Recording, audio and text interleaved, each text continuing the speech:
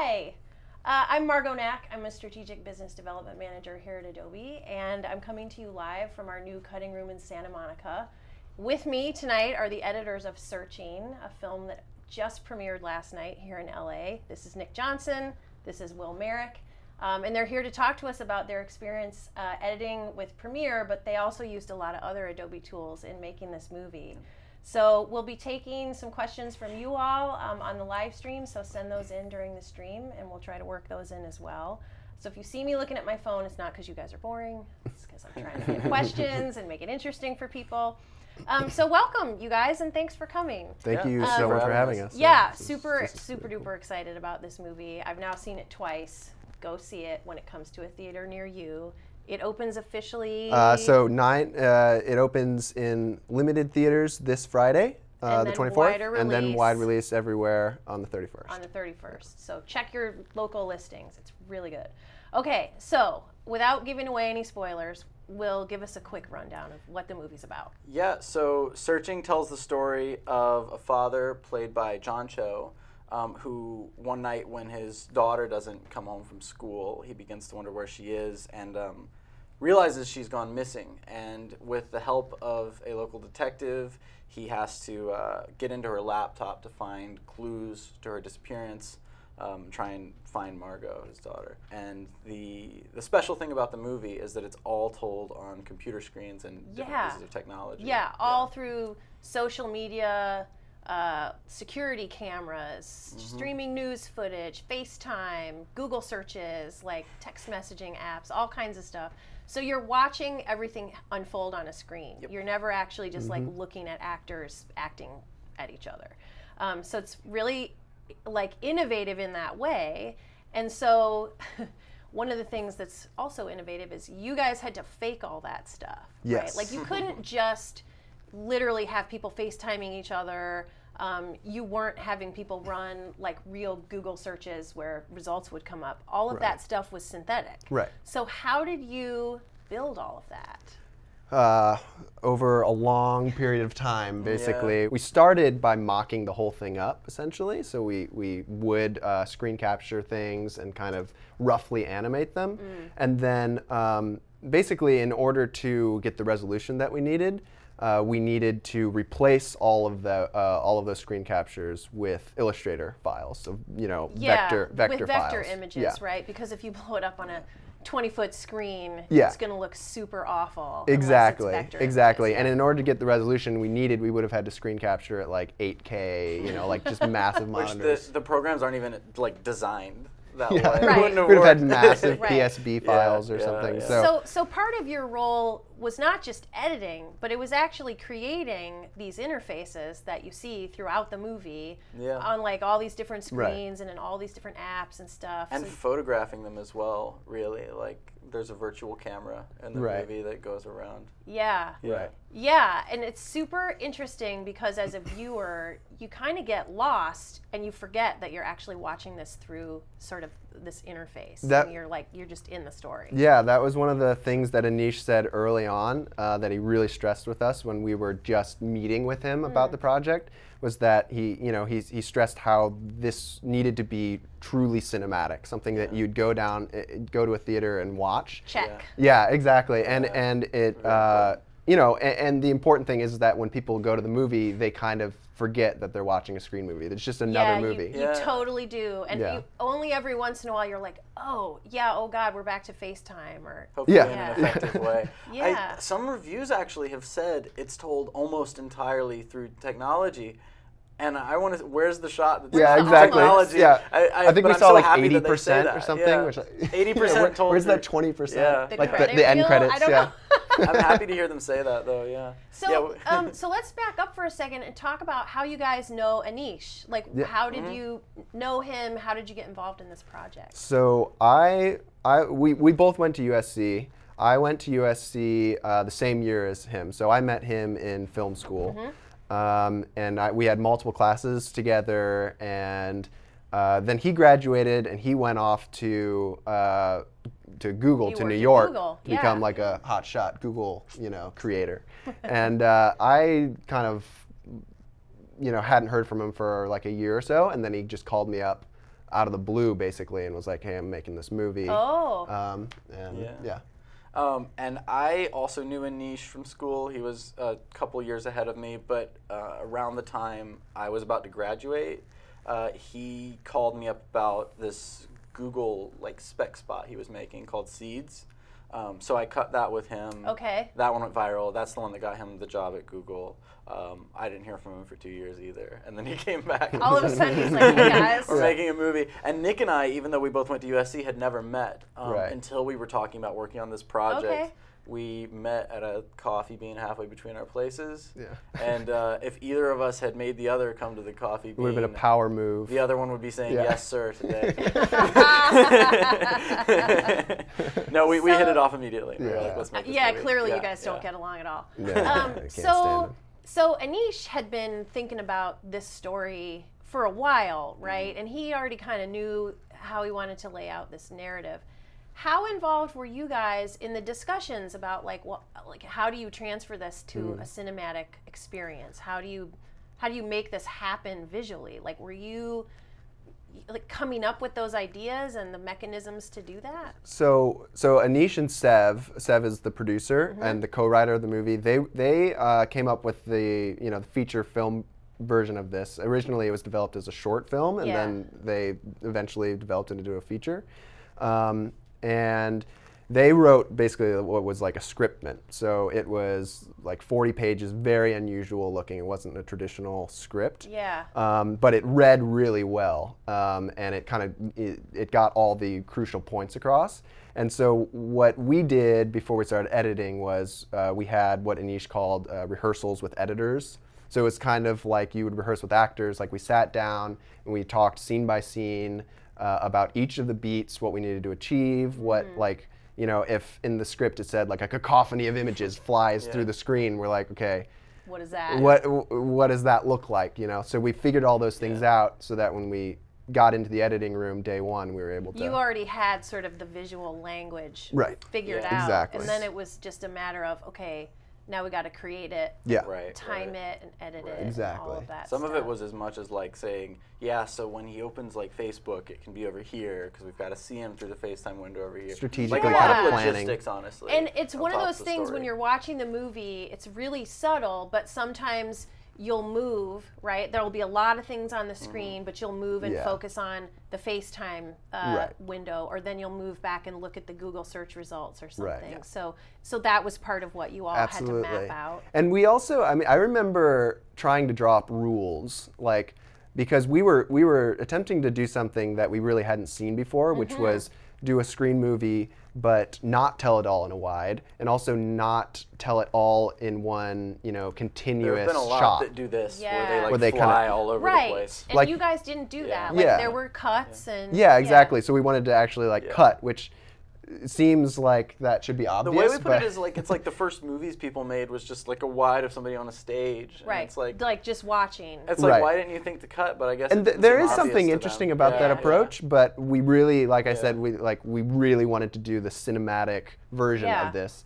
So I remember even early on we were trying to draw up rules where I was like, we can't cut in on this part of the screen if we're over here and we haven't established that. And we quickly threw all those rules out, and we kind of, I think, over the course of editing, we kind of refined the rules and what we could do. Yeah. Well, and so did you also work with the DP on how things were going to get shot so that they would look like the person is holding a phone, or it would look like the person's looking into a laptop camera, or something like that? Usually the answer is that they're actually doing it, but we worked with them a lot about eyeline in particular and things like that. Where are they looking? If it's a vertical or horizontal FaceTime window, he needed to know, because sometimes right outside of our vertical shots, there's lights in the frame. Right. He put up cropping masks. So we actually, before they shot the movie, we edited for 7 weeks with Sev, Anish, and Natalie, one of the producers as well,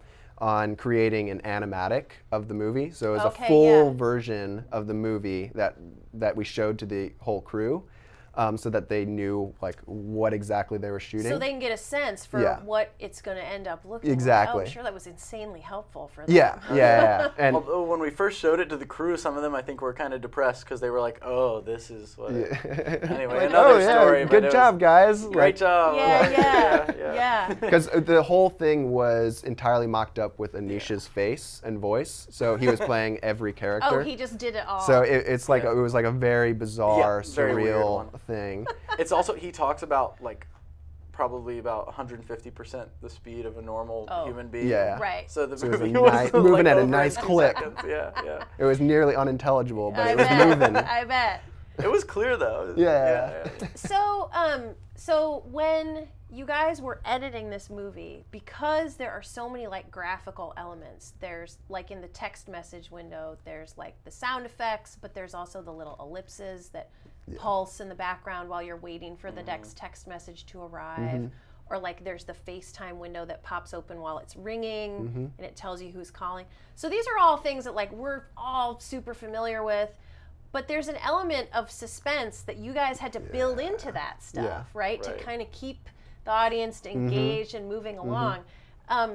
Had you thought about that before you actually started like really cutting the movie together? Like, oh, how long do we show the ellipsis? Or how many times do we let the phone ring? It grew over time. Those were mostly things we discovered as we went. Yeah. And like those were beats that we found and we kind of made clearer and refined as we were editing. I think a lot of Anisha's vision came through in those kind of things too, because there would be a beat that say, he'd be like, can it be longer? And I'd be like, oh yeah, we'll make it like a few frames longer. He's like, no, I mean like 3 or 4 times as long. Like Yeah. and I would realize like, oh, I didn't think of it that way, which is the crazy thing too is it took so long to edit this Yeah. because of the way we were doing.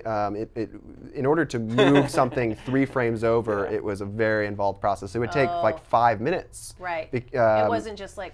They give us a note about some timing, So go grab a bite. we really had to, you had a lot of downtime, or at least they did, to think about like how many frames do we need, and to really, in a way, it kind of slowed us down and made us really pay attention to each of the beats. It was a lot like what I imagined cutting on film would be like.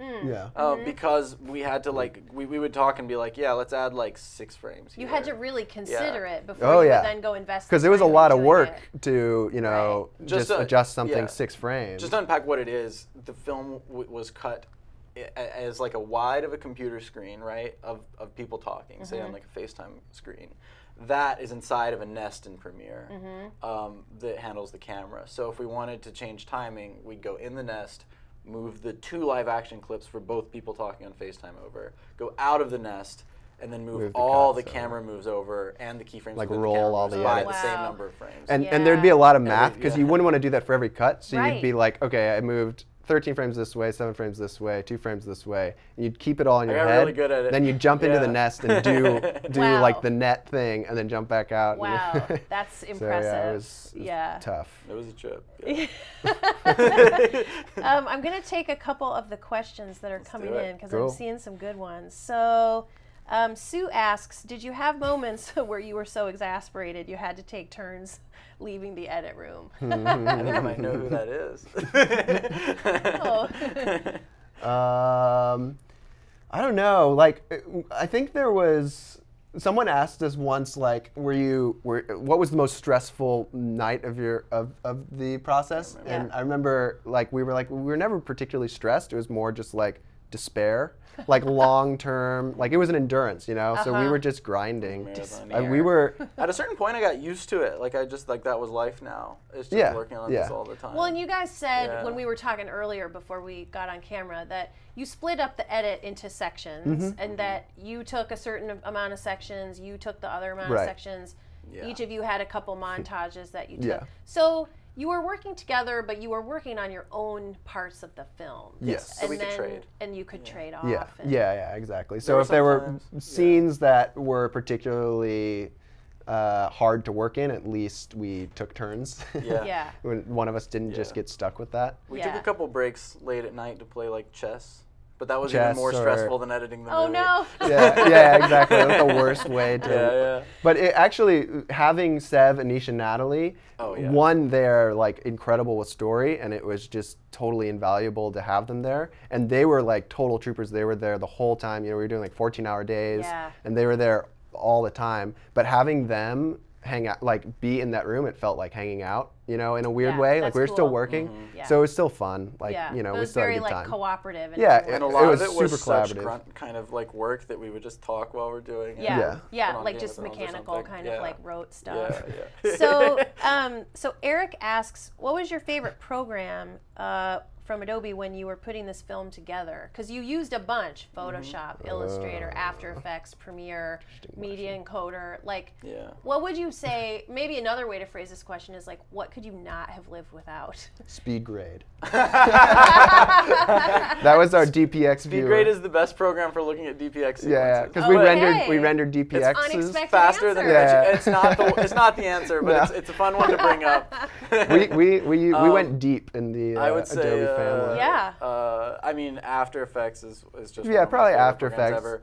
Illustrator might be one of the ones we couldn't possibly live without, though, Yeah. because it Yeah. our entire workflow where we zoom in on think- different places. I think Illustrator. Yeah, I like working in Dynamic link. Illustrator also because because We'll get to that in a the minute. vector, you know, the graphics just look so beautiful Yeah. in Illustrator, Yeah. and working in it, there was something deeply satisfying Yeah. about making Yeah.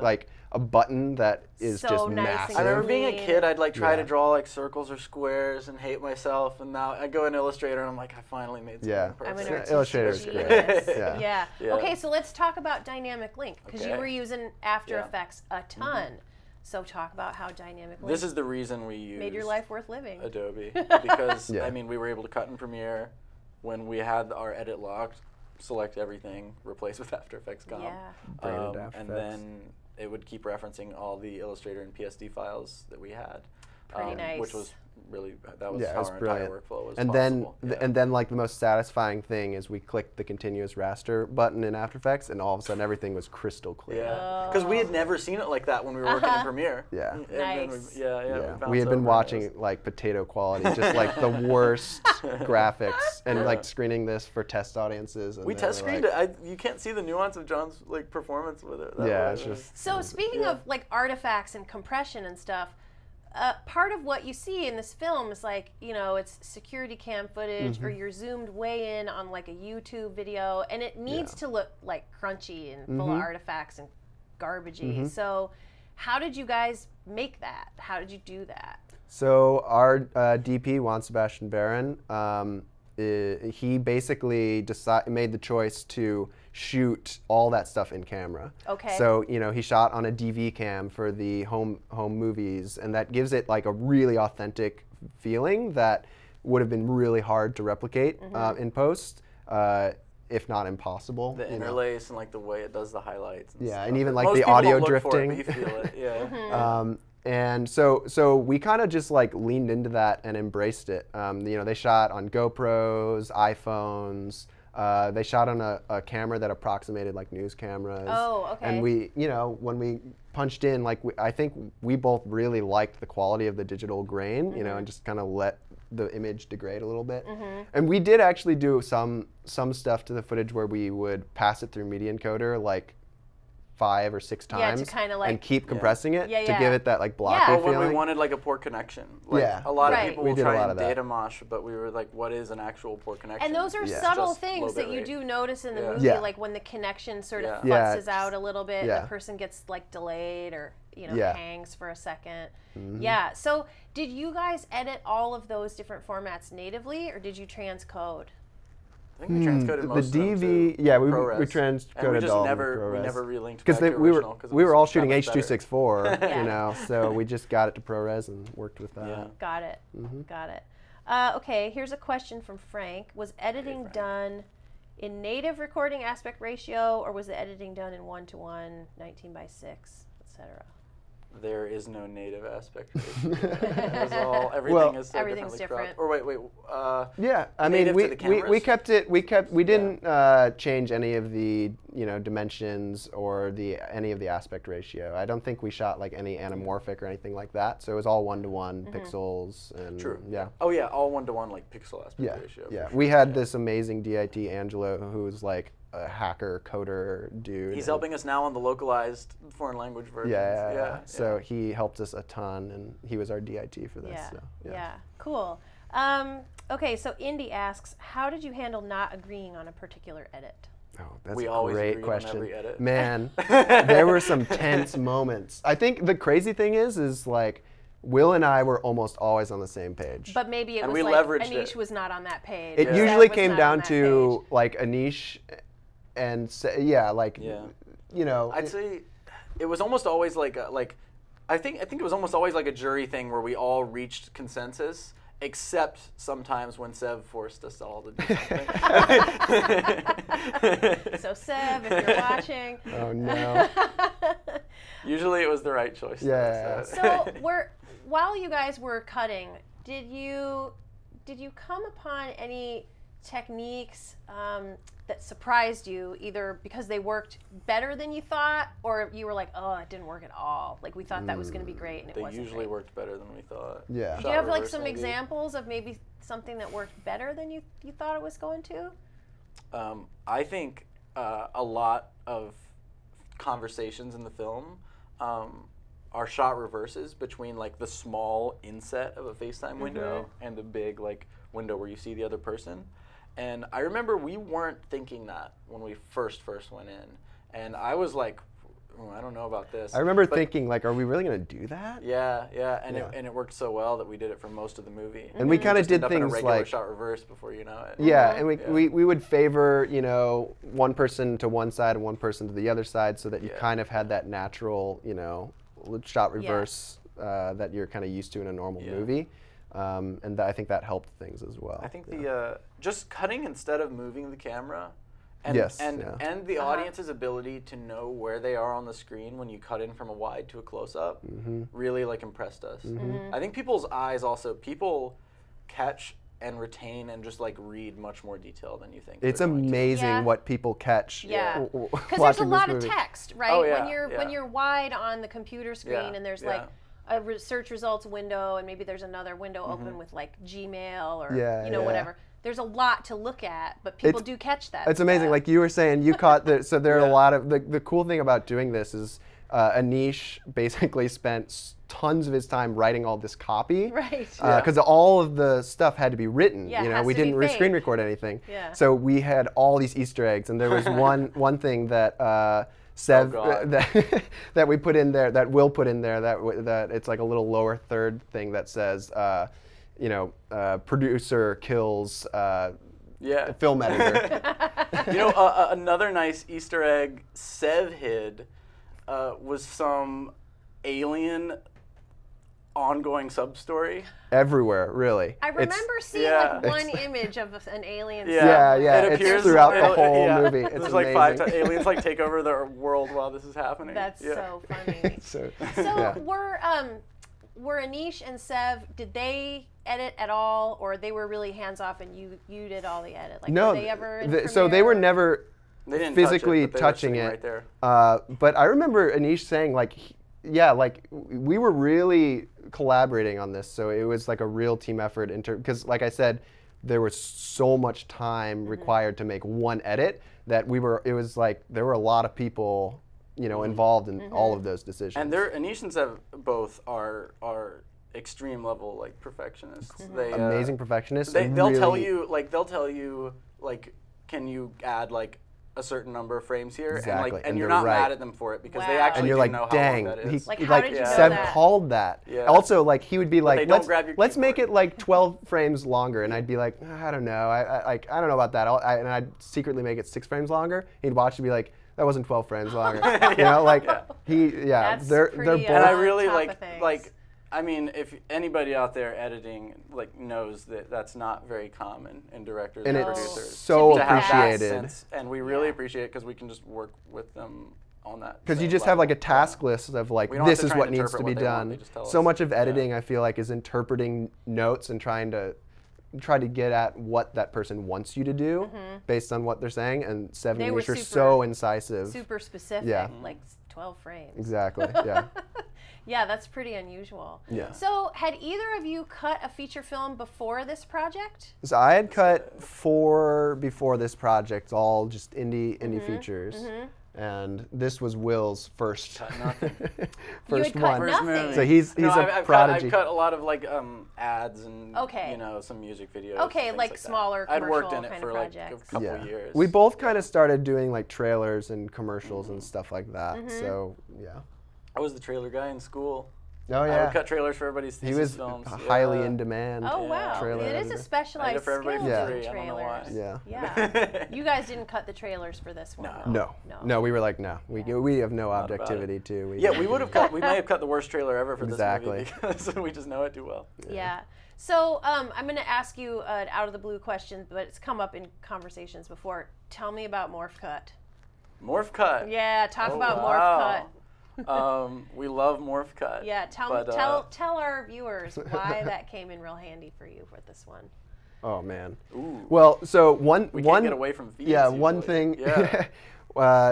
A lot of the pacing of the performances and just in terms of like syncing performances, especially since you see, you know, in a FaceTime call, you see both pieces Right. of coverage on, you know, on the screen. But we're You'd have to still kind of editing sync them. them. And even though they Yeah. recorded them simultaneously, you still would need to tighten it up a little Sure, bit. yeah. So we were doing a lot of that, of just getting We're rid hiding of cuts everywhere, like Yeah. under glitches, under To morph get the cuts. timing right. Yeah. So we did a lot, a ton of that. Yeah, a ton of Yeah. morph cutting. Yeah. Yeah.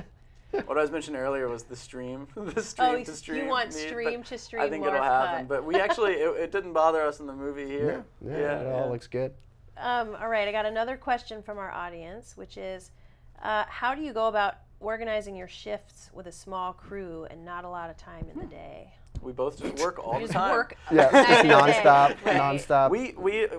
We didn't mean to work as long as we ended up working, but we just fell into it because this movie was so much more. We were work than doing we roughly expected. 9 a.m. to 11 p.m. Oh, and wow. just because, you know, it just took so long to make an edit that even no one was asking us to do that, but it was so frustrating to us to not make that Yeah. much progress. You wanted, know, it's you just, we're actually just crawling. You were invested in and seeing you the could progress. you knew exactly what you wanted to do, but it would just take so long Yeah. to do it that you just, you know, you didn't It want to became leave. home.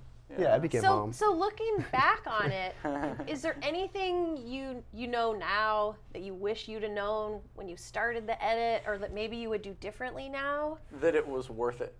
Yeah. Yeah, Will had like an existential crisis for a while there. It's like, what am 'Cause I had doing with my life? Oh wow. I'm younger than a lot of the rest of the crew, so I think everybody gets broken at some point in their Yeah. work life. Yeah, I think I was that had to broken happen a to me while- during that. a while Yeah, you'd back. worked on some terrible projects. But so before now this. you've been No offense broken to and any you've- projects. I've No, worked not on the in ones that past. anybody out there is Yeah, thinking of. yeah, but it's- exactly. It's not your project. But like you've been broken, you've come out the other side. The movie got picked up at Sundance. Like it's all going your way. I mean that in a good way. But yeah. Yeah. It was very worth it. Yeah. But anything sort of like technologically you wish was easier or that you would do differently now that you've man. done this whole thing? We kept the whole time we were working. We thought there must be a better way to do this, Yeah. and we just never found it. Yeah. I think we had a panic moment when we brought our Illustrator files into After Effects, and all of our embedded images in the Illustrator files were jittering. jumping around. Oh, wow. And we managed to eventually we discovered you can interpret Illustrator files at more accurate. If we'd And known then that, that solved that it. would have that would have Yeah. solved it. That would have saved saved us a little us. headache. Yeah. I would have probably. I don't know, what would we have done differently? I think maybe, I mean, there are a few things, but they're like super technical. Like Right. we, Very small. the way we composed the wide shots, it was just tough on the computers because we had. We could have built all- something that would render more easily. Yeah, we could have Yeah. streamlined it a little bit better. But I mean, honestly, I can't see any other way of doing what we did. If Yeah. you were to look at our foreign we're localizing the movie now, so we have to basically remake the whole movie, so all the Yeah, text that is blows different. my mind. If you look at what we're rendering with now, we've gone through all the projects and chopped out every asset that's not appearing Every in a given non-essential, shot. So yeah. if Right. it cuts into a close-up on FaceTime, like Chrome and Everything everything else just goes gets wiped out away. from the background. Right. Because Yeah. it takes so long to render these. Yeah. Yeah. No, that makes a lot of sense. So Indy asks, what led both of you to specialize in editing? Like, did you know when you were in film school that you were leaning towards editing, or? So I knew I wanted to be an editor, I think in like middle school. I just, that was my favorite part. You know, we both made movies when we were, you know, kids, and that was always my favorite part. So when like my USC application was about how I wanted to be an editor. So I kind of knew. Yeah. And then during USC, I kind of became like more of a cinematographer for a while, but I always kind of figured when I graduated I'd edit, so. I picked it up just kind of making movies by myself as a kid, like with my family, but as the only one who was like interested in filmmaking. Right. And so I kind of went to school sort of knowing more about it than most of the other people, and I think it kind of found me, like just throughout college, I found myself doing more and more of it. It's almost synonymous with filmmaking. Like you're making. You are the maker. Yeah. To us, I mean, no, like obviously those cinematographers, they're just asset gatherers. Yeah, they just gather. They just gather assets joking. for us to. Yeah. It's my creative vision. Right. Yeah. So James asks, do you have tips to increase productivity while editing? You're asking the wrong person. Caffeine, coffee. Keeping good people around. Yeah, good people. Dynamic link. Working with, I think there was also this thing where, like, we're not super competitive. We're not competitive with each other, but there was a constant drive to not let the other person down or to not be the weak link. Yeah. So I think there's, like, you have to care enough about the work that you're doing to really show up and be invested in it. And I think a moderate amount of fear is pretty important. Actually, Fear is a good motivator, fear, right? and also just the belief that, like, when we officially had John Cho in the movie, we were like, this is our chance. Yeah. Like, Yes. you can't get this wrong now. when John that Cho's happened, in we this were movie. like, yeah, we And I can't think- make so the it's bad like, it's movie like with the John kind Cho. of fear that is also excitement. Right, it's like And a I think that motivator. Yeah. I agree. I think That- a little bit of fear is a good place to start. So And it's also, probably just picking projects you want to do. There was no blueprint as well for this, so we were kind of going into the void with Yeah, this. well, and it sounds like with your relationship with Anish, you guys were very much involved in like figuring out how do you It was even super make this collaborative. thing? Yeah. Yeah. So that's pretty cool too. I mean, it really is like you're telling the story and you're One thing super I'll tag invested. on is I don't recommend working the kind of hours we did. Yeah, we don't want to wanna put that advocate. into the We don't world want to as something that advocate should be for done. doing that. Yeah, That was and our I don't own think we fault. got that much. We did it to ourselves. And also, nobody asked us to do that. We were just kind of obsessed. Yeah, you were just in it. Yeah. So let's talk a little bit about localizing because now you guys you got 7 languages you got to localize into. Our people may still be over there. Our localizers are still maybe. working. Oh, I hope they're watching us. Hey guys, Yeah. if you're watching. So unlike other movies where you're just swapping in ADR or you're putting subtitles on, because this has so many graphic elements that you guys created from scratch, you got to go in and recreate them, right? Yep. So basically, we've been working with these translators that Sony has, and they have translated the entire movie, so 100% of the text in the movie, all the incidental little stuff. I don't remember the number, but there's over 10,000 lines of text. And then you then have to go swap in that new text. So we found plugins and stuff that will handle the initial in After Effects. sticking it in, but everything breaks and falls apart. So we had, like I was saying, Angelo, our DIT, Angelo Lorenzo, he basically is just this whiz with expressions. Angelo's getting plugged. Yeah, Hi, Angelo. Angelo's great. He's amazing. So he wrote a lot of expressions so that when the text is replaced, you know, if it's like a button and there's a piece of text, the English is like this big, and then when you put the German in, the button automatically kind of expands. Okay, cool. So that's a little bit automated. It's a little bit automated, but it breaks. You know, there are always sometimes problems. like you put German in, and the end part of the button goes over here, and there's just a gap in the middle because it was like 2 pieces. Yeah, that's really challenging. I mean, it's just like other movies, you don't have to do that. It's really cool, but like you know, when we're doing the QC, like we are QCing it just like the domestic version, and I think the goal is like, you know, we want the same quality for this as the domestic version. Yeah. So, you know, the Germans and the French Yeah. audiences get to experience this movie and get to see all those Easter and aren't eggs. distracted by stuff that's not quite right. Yeah. And a lot of the fun of this movie, I think, is like your eye is scanning the screen and you're trying to solve the mystery with him, because anything, you could be the clever one who caught that thing if your eye just goes to the right line of the Gmail inbox. Totally. Yeah. And it's got to be that way, I think. How long were you guys actually in the edit? So I know you guys, you had to submit for Sundance, and then you got accepted to Sundance. How long prior to the Sundance submission had you been in the edit? The edit, not counting the animation or the whole. All told, we worked a little over a year. Yeah. By now, we've worked longer on that. We worked 2 years. Because imagine, so you go to Sundance, that was one cut. Yeah. You come back from Sundance, you're back in the edit. So we didn't actually re-edit it because it would have been brutal. It was already fully animated. You're just know? like, no. It was ridden with errors, also, though, so we fixed all those. An insane amount of we thought it was graphical perfect, errors. and then we just kept catching So more. we have endlessly refined to the chagrin of Sony. Oh yeah, we're always like, hey, can we resubmit the DCP real just quick? one more We just fix. have one time is wrong in the top bar. Yeah. And they're like, or we don't come on strong about it, but Sev, amazing producer that he is like, guys, we really need to fix this critical error. Yeah, it's a good thing we have him. because, Totally. He can like throw his weight around a little bit. Yeah, exactly. Were you guys editing on Macs or PCs? IMAX, 2 IMAX, and it was a little rough, to be honest. IMAX. Yeah. The trash cans? Oh, it wasn't No, great. not the trash cans, just an iMac. Okay. And Now that we're localizing, we get all the now we have the computers we iMac want. Pros. Nice. But we had to cut it on the IMAX back in the day. But actually, our best computers are these like 2008 Mac Pros that we kind of like. They're you so know, good. we replaced the motherboard. The best one's and name is Frankentosh. It's amazing. we call him I don't know how Frank. That's our endearing term, and he is he's just. He was your powerhouse. Great. Yeah, he's he got the it MVP. done for you. Yeah. Maybe Frank will end up like in a glass case no, on a shelf. I think we're gonna send him off to pasture. Can be played like Minesweeper. He gets to retire in like a week, basically. Because then you guys will be done localizing. Although, does a computer want to retire, or it's kind of like a sad life, I guess, to. What's like the bingo equivalent if you're a computer?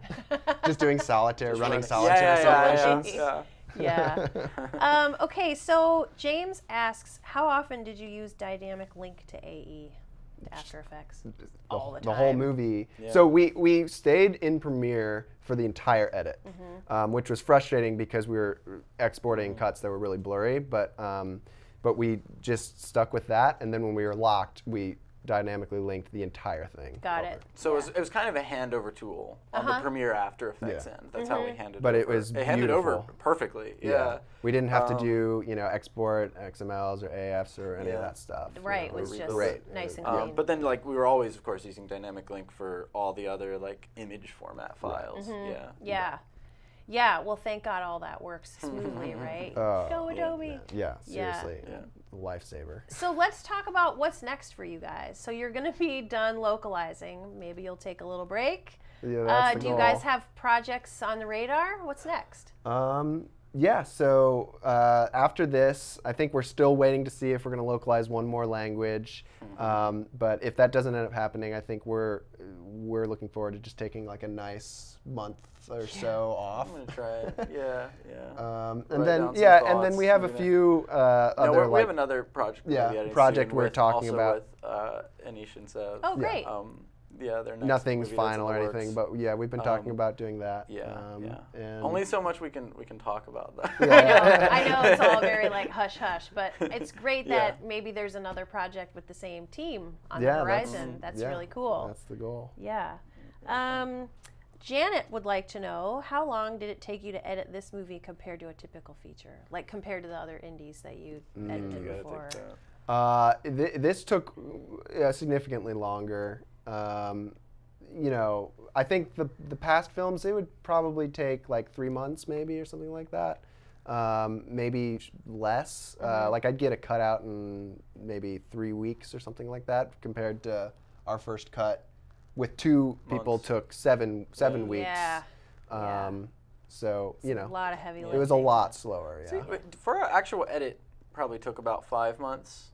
the time we like were really really cutting and not doing Uh-huh. the effects and stuff. But Yeah. I feel like normally you spend just like 3 or 4 months on it. Ooh, I have a question about Frankentosh. Ah. Justin wants to know what GPUs were used for accelerating No. color and Oh, effects. do we know? We have the 1080 Ti, so yeah. You remember? We're don't know not computers that well. super hardware technical people, but yeah, I think that should answer his question. I do know this guy who built out the Frankentosh for us. Like computer was Kofsky.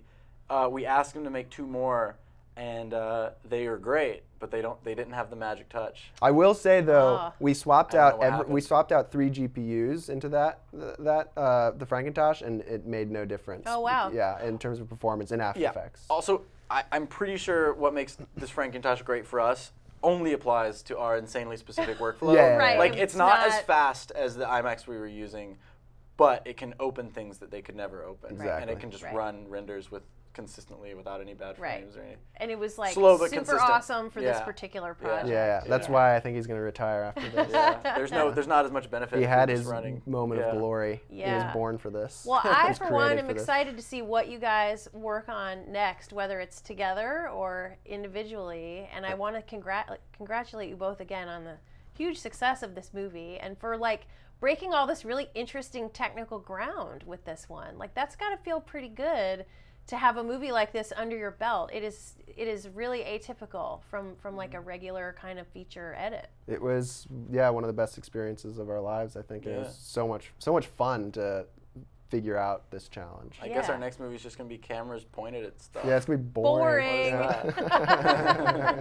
Well, thank you both for joining us tonight. It's really been fun chatting with you and getting to know more about the film. And for those of you watching on the stream, please do go check it out when it hits theaters, because it is a really interesting movie.